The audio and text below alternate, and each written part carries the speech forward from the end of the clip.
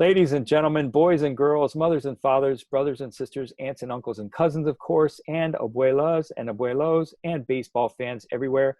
Welcome to this edition of the Valley Baseball League's video podcast, or you could call it the rewind season if you like. We're calling it both, in part because I'm a hockey player and I can't keep either one straight. But if you're keeping track on your calendar, and this part I do have straight, this would be day 30 of our rewind season. And if you want to line it up with the calendar, these games are played on July 2nd. And if you want to be even more specific, it wasn't long after this that our All-Star game was played. So with that as your context, let me introduce you to the crew. You'll never guess who's here. I'll give you a couple seconds before I introduce them. Come on. Who's here? All right, enough. So everybody say hi to Aaron. Hi. Everybody say hi to Jordan. Afternoon, fans. Your favorite Wii Sports Baseball MVP is back again tonight. Hey, very nice. Yeah, you won. You're the Wii Sports MVP. Tell us about your latest conquest. It only took about, 9 times losing to my fiance before I finally stepped in there and delivered a significant 1-0 win in 3 innings. It was quite incredible. I kind of want to talk about the other games there. Aaron, do you want to hear about the other stat lines before his one victory?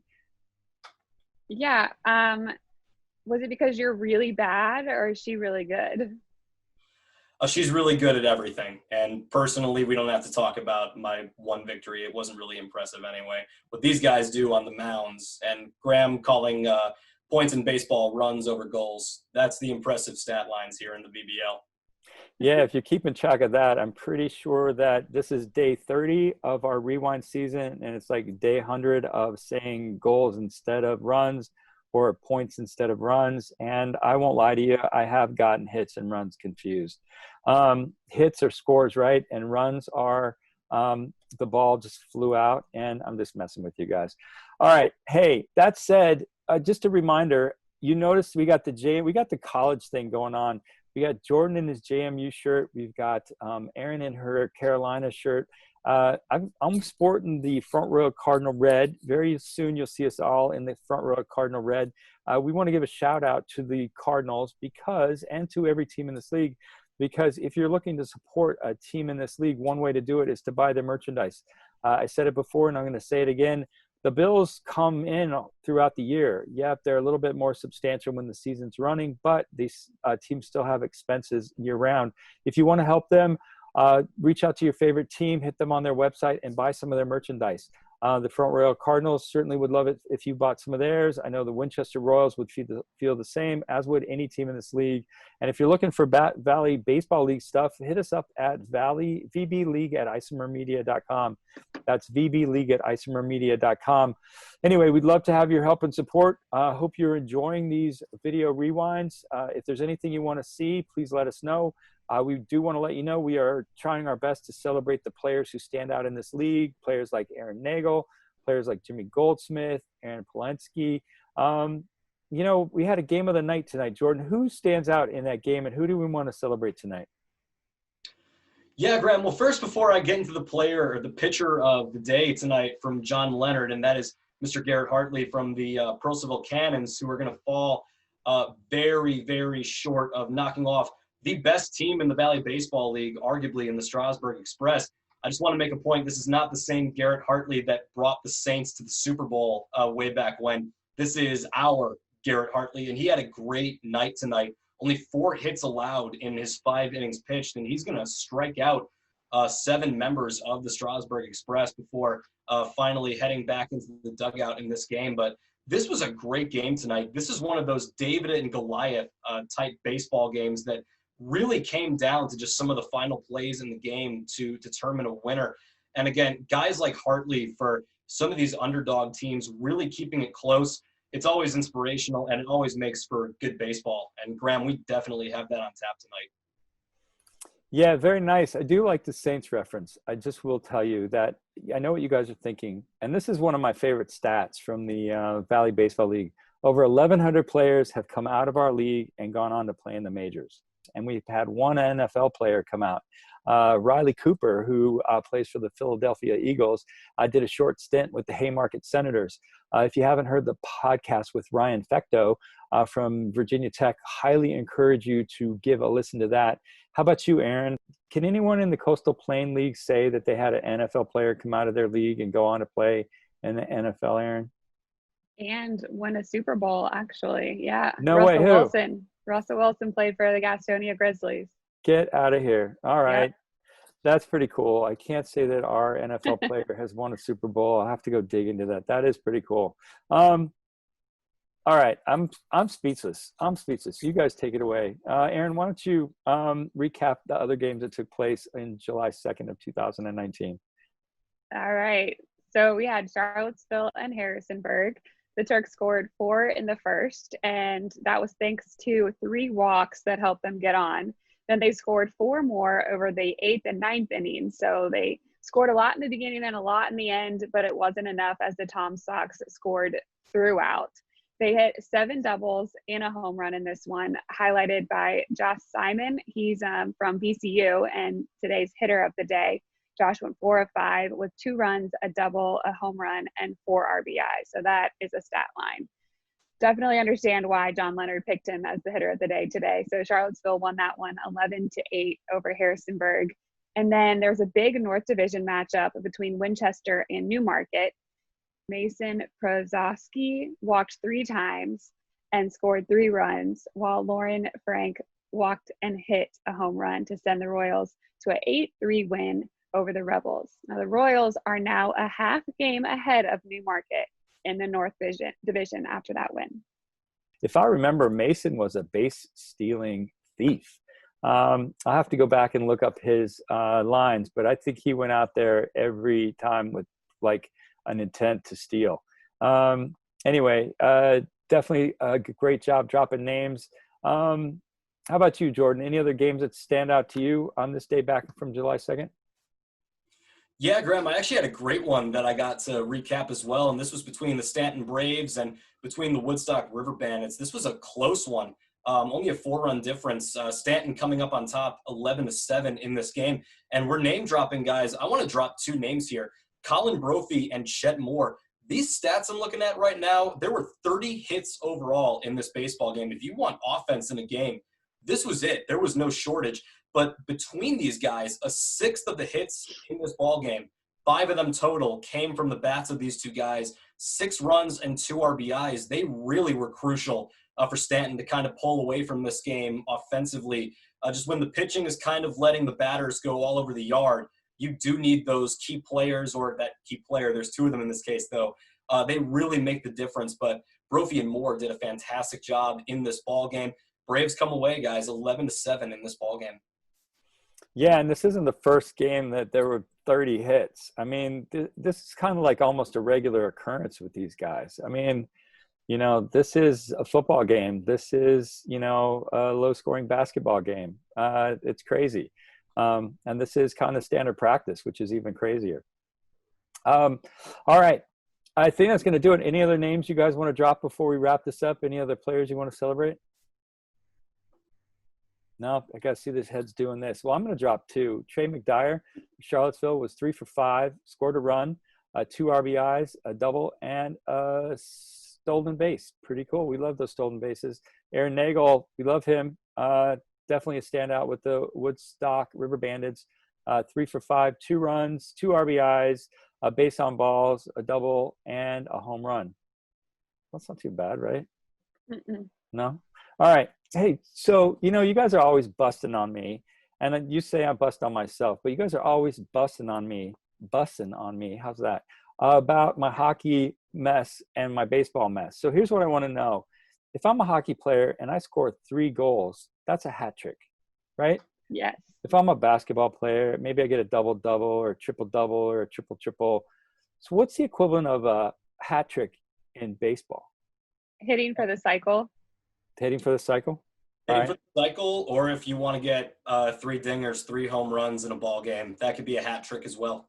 By the way, I do want to compliment, I meant to say this a couple of podcasts ago. Jordan, you know, we started out with the D word, which was the doubleheader, but you know you like the dingers. and then you used it for devastation. You've had some really fun linguistic word drops that have just been like spectacular. So I've been meaning to compliment you on that. So I really appreciate that. Anyway, good stuff. Thanks, boss. That's what JMU's Media Arts and Design department can do for you. Yeah, well, you know what? You started this, so I want to give a huge shout out to JMU.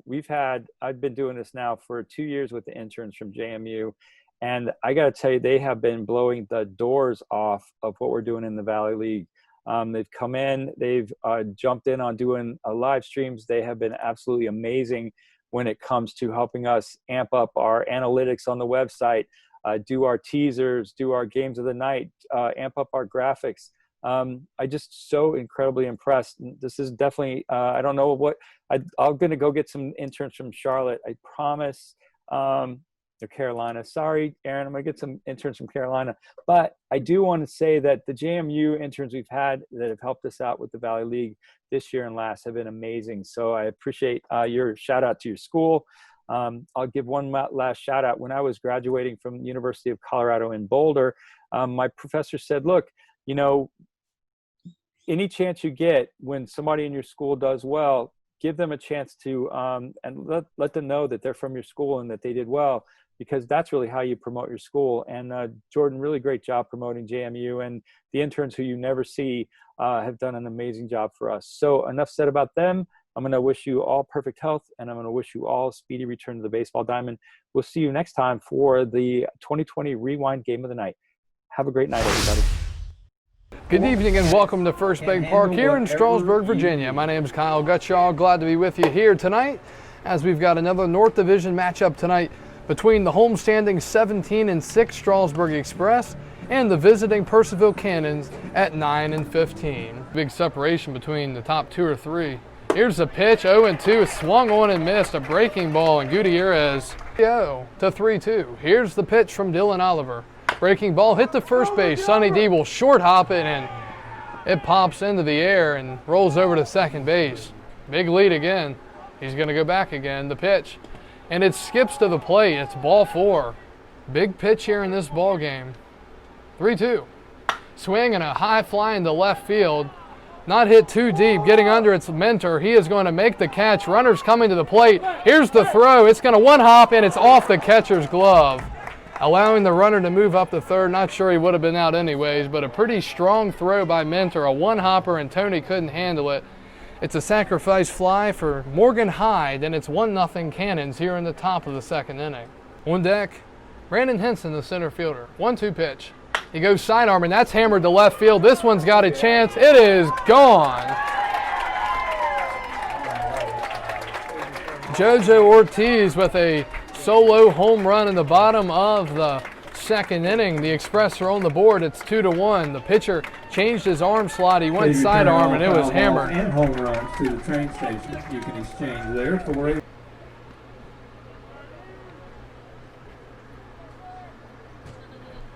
Pitch is a swing and a miss on a fastball, blowing it right by Cheney. Just able to get in. And that one is hit into right center, and that's going to drop for a base hit. Runners heading to third. Here's the throw to third, and it gets away off the dugout, and the runner's going to move up to second. That situation, you've got to hit the cutoff, man. Second and third and 1 out.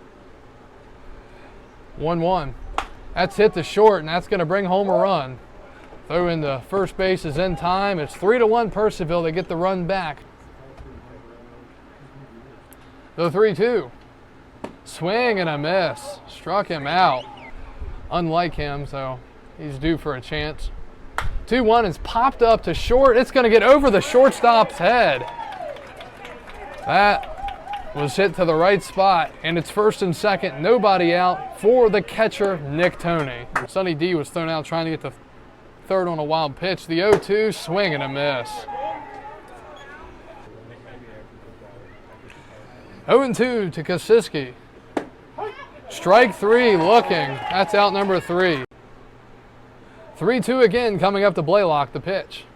Ball 4, a big 1-out walk here in the 7th inning, bringing up Griffin Cheney. Rosters with Nationals and Astros providing 3 starters. 3-1 inside ball for Bryce Harper, receiving the most votes, and this year he didn't even make the All-Star team. The 0-2. Swinging a ground ball to third. It's past the third baseman. 1 run will score. Here comes the tying run. Throw to the cutoff. The game is tied. Sonny DeShera on an 0-2 count ties the game, and it's 3-3 in the 7th. 3-1. That's up high. A leadoff walk out of the bullpen for the Express. A lot of viewers tonight on Facebook, now around 50. The 2-2. Swinging a ground ball to short. This should be 2 to second for 1. Back to first. It's a double play. The 2-1. That's a ground ball off the end of the bat to shortstop. Pico picks it up. High throw, and it's off the glove of the first baseman. An error by the shortstop, Pico, to lead things off in the 8th inning. The 0-2, way outside. That's to the backstop, and they call a balk. They did. So a balk will move the go-ahead run up to second. Chester leading Newmarket 4-2. Top 7, Stanton leading Woodstock 8-6. Pitch to Cheney's hit in the right field. It's a base hit into the hole. It will score the go-ahead run, and it is 4-3 Strasburg.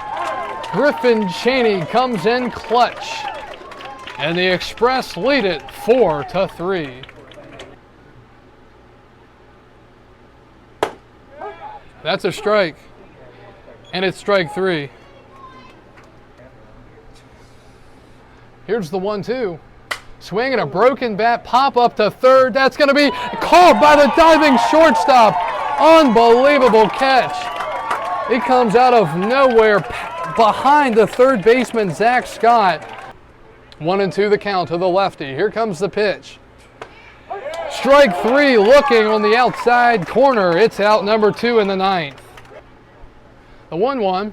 That skips to the plate. Runner's trying to go to second. Third to second. It's past the second baseman into center field. A good throw might have had him. 2-1 the count. 2 strikes away. Here's the pitch. Swinging a ground ball to short. Cheney fields it. Off balance throw to first. Safe at first base. 0-2. He's set at the belt. And the pitch. Swinging a fly ball into right field. The right fielder Ortiz is back. He's under it. The catch is made. And the Express are 18-6 on the season. The Express will be back home on Friday night. So we hope to see you then. This is Parents Weekend coming up. The Strasburg Express continue to come back and win ball games. They are now 12 games over 500, 18-6 on the year, and they win another one here at home, beating the Purcellville Cannons by a final score of 4-3.